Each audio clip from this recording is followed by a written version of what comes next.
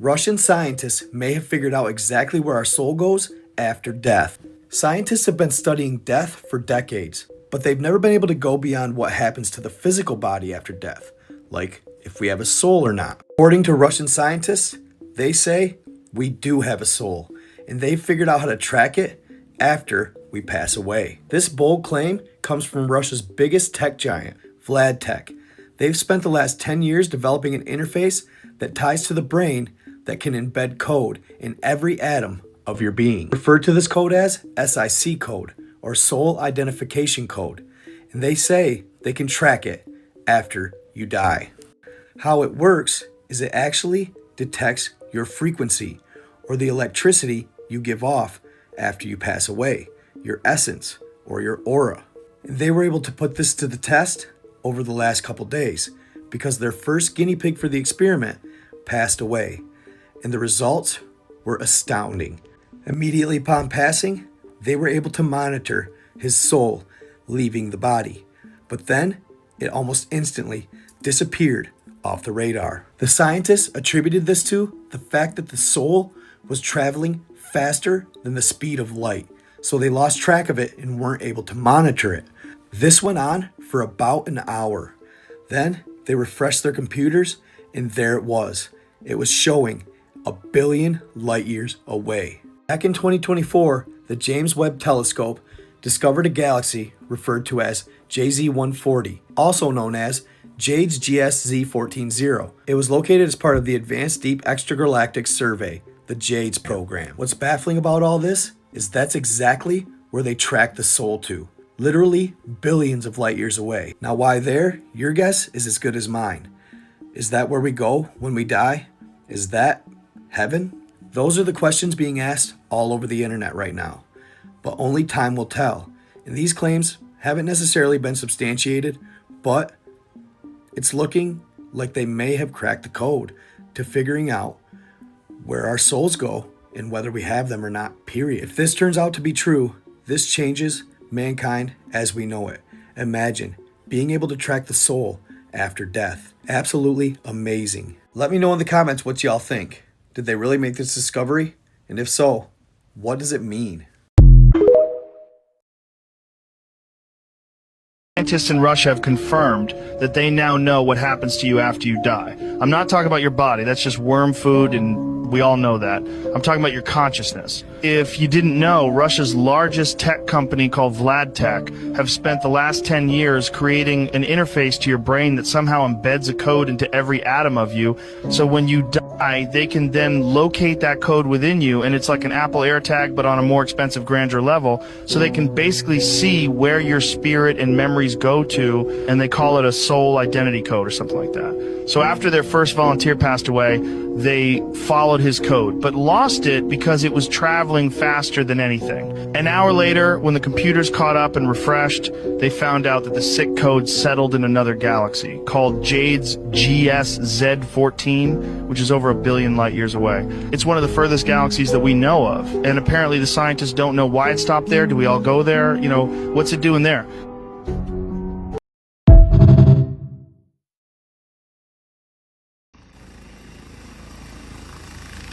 Only because a lot of people want my opinion on this. Here we go.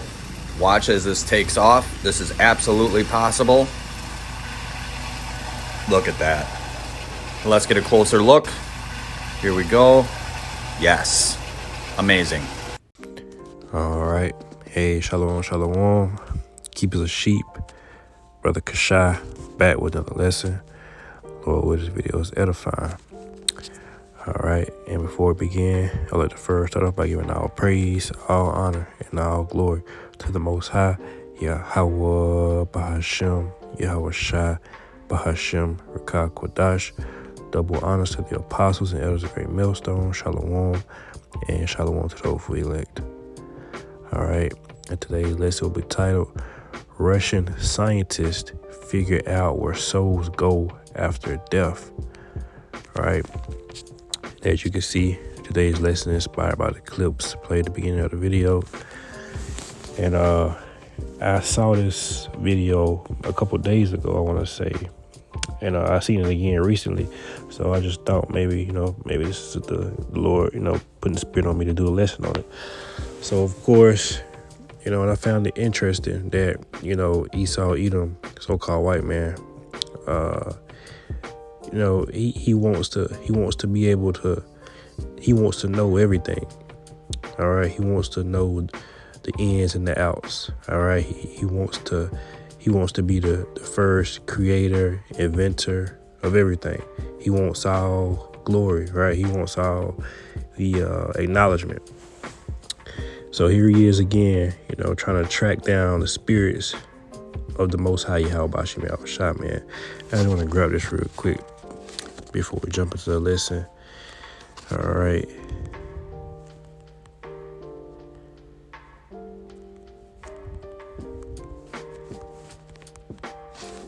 Right. This is Isaiah 55 and 8, and it reads, "For my thoughts are not your thoughts, neither are your ways my ways, said the Lord."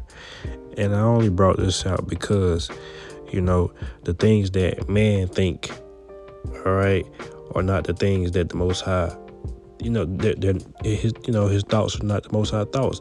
Man think of carnal things, all right. Well, like Esau Edom, why are you trying to search out and, trying to track spirits, man, that don't belong to you, right? One more precept.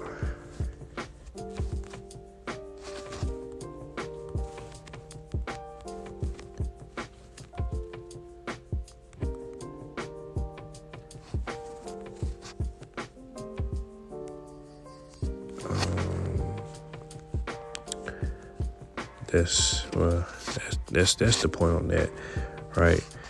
But let's jump into this lesson real quick, because this is something that no man can really tell you, all right? Only the men of the Lord through the spirit and power of Yahweh Bashim Yahushua, man. We know where the spirits go, all right? And that's through the spirit and power of Yahweh Bashim Yahushua, all right, through the scriptures, all right. So you can't, no scientists, all right, no theologist, no preacher, no pastor, no whoever, man, all right. These so-called genius or smart or scientists, all right, in this world, these guys, these men, they don't have the understanding. They don't have the spirit, first of all, to understand the ways of the Most High. All right, they don't have that the Most High is not dealing with them on that level, man. Right, he's not dealing with them at all. So matter of fact, real quick, this is what I wanted. Secrets.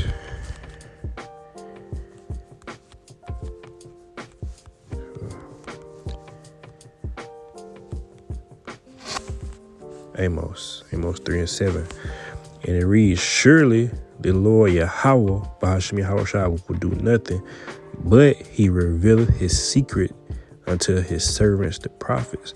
So things like whether the spirits go after death, those are secret things, and only the prophets, the men of the Lord, can obtain that knowledge and information. All right, so you can't find this information by tracking down spirits through tracking and tagging cells and atoms. No, man, you gotta have the spirit, right? And we know Esau Edom is a carnal man anyway, right? He search after carnal things. He doesn't seek out the spiritual things, the high things, right? So, just a couple precepts to further prove the point, man. And once again, Lord willing, this video is edifying. Right.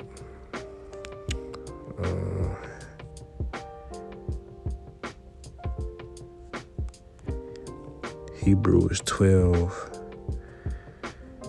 and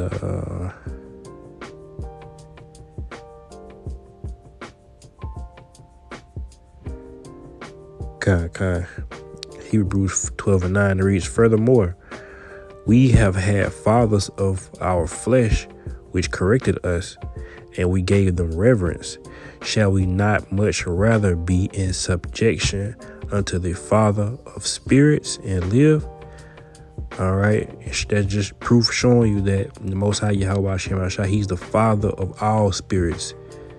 All right. Spirits of every nation. All right. All spirits. So-called white people, so-called Chinese, Japanese people, so-called Korean people, so-called African people, Hawaiian people, or whatever it may be. The Lord, he's the Father, all right, of all spirits, meaning all spirits return to the Most High, Yahweh Hashem Hashai, when they die. Well, not when they die, but when the body dies, right? Matter of fact, I'm gonna grab some James real quick just to show you that the spirit and the body are two different things. They work together, all right, but they are not one and the same. This is James 2:26, and it reads, "For as the body without the spirit is dead." All right, that's the point, but we can finish off. It says, "So faith without works is dead." But the point is, James 2:26, "For as the body," all right, meaning if it's flesh and blood, these bones, all right, it says, "For as the body without the spirit is dead." Right, so without, and you know, that's on a carnal level, as even more on a spiritual level. All right, but without the spirit dwelling in your body, man, that the Most High Yahweh Hashem Hashai gave each individual, you're dead. All right, because when you die, that spirit leaves you. All right, that considers you dead. All right. Let's see what else we got. Matthew 10:28, and it reads, "And fear not them which kill the body." All right, because again, the body is meaningless. The body is nothing. All right, the body is trash, man. It's, you know, I mean, we're grateful for our bodies. We're grateful for our temples. All right, but you know, these bodies are carnal, man. All right, these bodies perish. All right, and they go back to the dust. All right, we'll grab that next. It's Matthew 10:28. Let's finish off. "And fear not them which kill the body, but are not able to kill the soul." Meaning, you know, Esau Edom, he can't kill the soul. Neither can he track it. Neither can he keep up with it, tag it. None of these things that he claiming to do, man. It says, "But are not able to kill the soul, but rather fear him, which is able to destroy both soul and body in hell."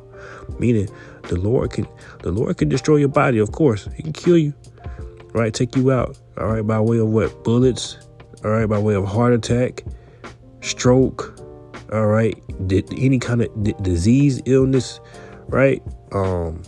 Drowning, all right.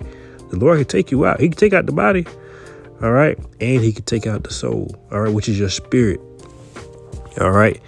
And you know, he can, you know, the Lord doesn't have to. He doesn't have to.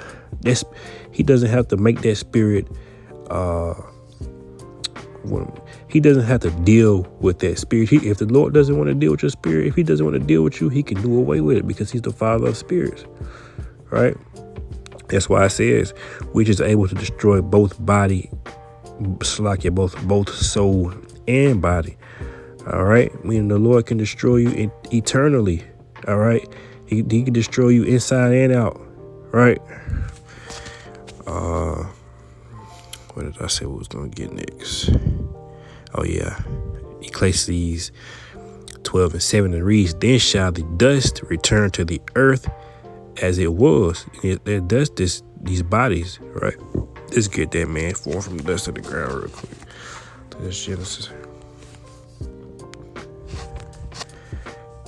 Genesis 2:7, and it reads, "For the Lord, the Most High Yahweh Bashem Yahweh Shah, God formed man of the dust of the ground." That's right, that's the point. "And breathed into his nostrils the breath of life." It's a spirit. "And man became a living soul." And man became a living spirit. All right. So again, without the spirit, the body is dead. All right. He had to give us these spirits in order to live. That's why it says that he became a living soul, all right, which is spirit. Again, but Ecclesiastes 12:7, and it reads, "Then shall the dust," all right, which is these bodies, "return to the earth as it was." Meaning we come from the earth. These bodies come straight out the ground, man. All right, and it goes where? Back to the ground, right? It says, and the spirit shall return unto God, all right, the Most High, who gave it, right? Who gave it? Meaning, ultimately, this spirit doesn't belong to this body. He just put it in this body, right? And in the many bodies before this, in the regeneration, right? It says ecclesia. So the spirit can be eternal. The spirit is forever, right? But the Lord also has the power to destroy that spirit just as much, even more, the body, right? The body is just a shell. It contains the spirit, right? Ecclesiastes 12:7, and it reads, then shall the dust return to the earth, right, as it was, and the spirit shall return unto the Most High who gave it. The spirit goes back to the heavens, all right, where they so-called track the spirit in some kind of galaxy billion light years away, right? That's the heavens, all right. That's the third heavens where the Most High Yahweh B'Hashem Yahushua dwells, all right, on this throne, man.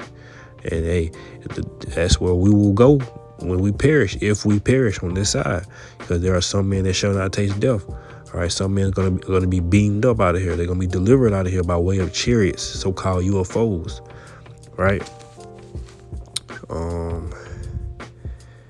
Let's see what else. Ecclesiastes 7:1. I thought this was good. It says, a good name is better than precious ointment, and the day of death than the day of one's birth. All right, because, the day of death, basically you get to return back to the Father. You get to go back home. All right, you get to go back and dwell in the heavens. You get to go get some rest. You get to go sleep.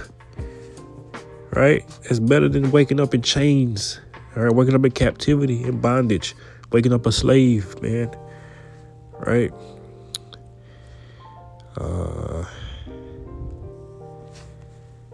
Let's see. The last precept we'll close out.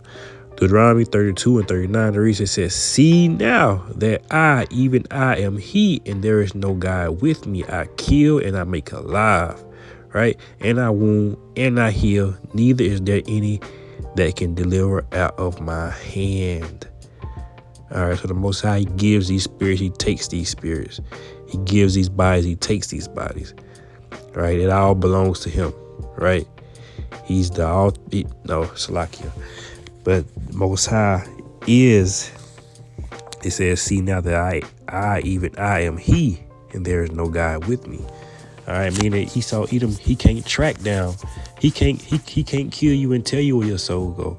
Because basically what he's trying to say is now that he has the power to, keep your soul or take your soul or put your soul in heaven or put your soul in so-called hell. All right, things of that nature. No, this is all the works of the Most High, Yahweh B'Hashem Yahushua, man. So with that, again, Lord will, this video was edifying. Until next time, I'd like to close out by giving all praise, all honor, and all glory to the Most High, Yahweh B'Hashem Yahushua B'Hashem Rakakwadash. Double honors to the apostles and others, great millstone. Shalom and shalom to the hopeful elect.